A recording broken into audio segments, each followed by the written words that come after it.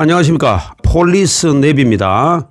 오늘은 첫 방송이고요. 오늘 제목은 경찰이 조사할 때 사용하는 유도신문이 과연 불법인가 아닌가 라는 제목으로 말씀드리겠습니다. 유도신문 말 그대로 한번 들어보셨죠? 유도신문이라는 말 그대로 이 유도신문이라는 말이 뭐냐면 경찰이 생각한 대로 이끌어가는 질문이 유도신문입니다. 그런데 결론적으로 말씀드리죠.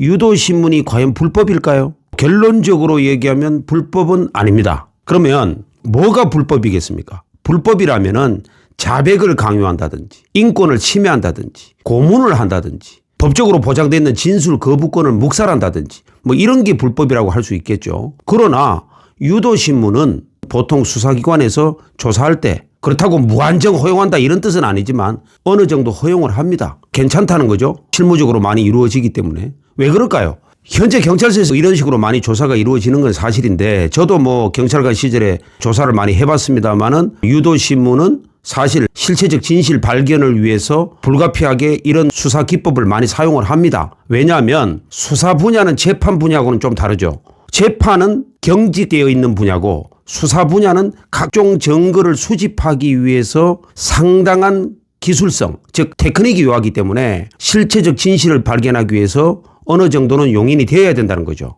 그래서 유도신문 자체가 불법은 아니다 이렇게 말씀드릴 수 있는데 예를 한번 들어볼게요.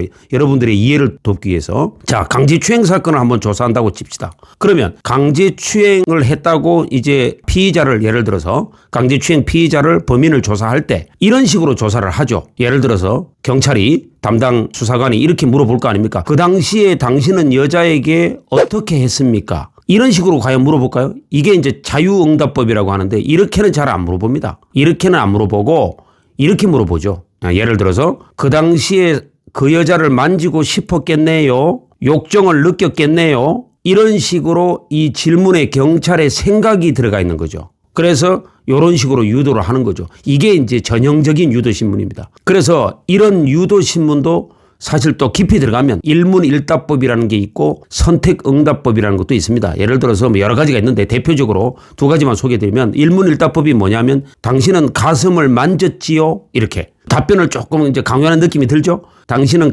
여자의 가슴을 만졌지요? 이렇게. 아니면 그 당시에 엉덩이를 만졌습니까? 가슴을 만졌습니까? 이런 식으로 마치 선택하라는 듯 엉덩이냐 가슴이냐 이렇게 선택하라는 것처럼 이렇게 선택응답법이라는 것도 있습니다. 이런 게 전형적인 전부 유도신문입니다. 그런데 문제는 이런 질문에 조사를 받는 사람들은 이런 질문에 이제 까딱하면 넘어갈 수가 있죠. 물론 죄를 진 사람은 마땅히 처벌을 받아야 되겠지만 좀 억울한 사람들이 또 있을 수 있잖아요. 그래서 이런 질문에 대답을 잘못해가지고 나중에 이 재판 결과가 유죄 선고가 돼버리고 이런 또 억울한 황당한 일이 벌어질 수 있습니다. 그래서 철저하게 어떤 혐의를 받고 조사를 받기 위해서 경찰에 지금 출석하기로 예정되어 있는 사람은 조사 전에 철저하게 이런 질문을 대비를 하고 가셔야 됩니다. 만약에 조금이라도 억울한 부분이 있다면. 그래서 조사받기 전에 경찰서에 조사받기 전에 변호사하고 상담도 충분히 하시고 돈이 좀 들겠지만 더 좋다면 가급적 변호사하고 같이 조사에 참여하는 것이 더 좋다는 거죠.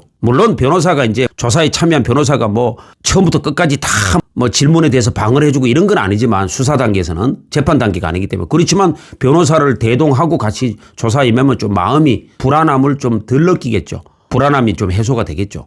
변호사를 대동하고 같이 조사에 임하면 어떤 점이 좋다라는 것은 요 다음 영상에 자세하게 또 말씀드리도록 하겠습니다. 그래서 오늘은 여기까지 하고요. 유도신문에 대해서 과연 불법이냐 아니냐를 말씀드렸습니다. 자, 요 다음 영상에서는 더 유익한 영상으로 여러분들을 또 찾아오겠습니다. 지금까지 경청해 주신 분들께 감사드립니다.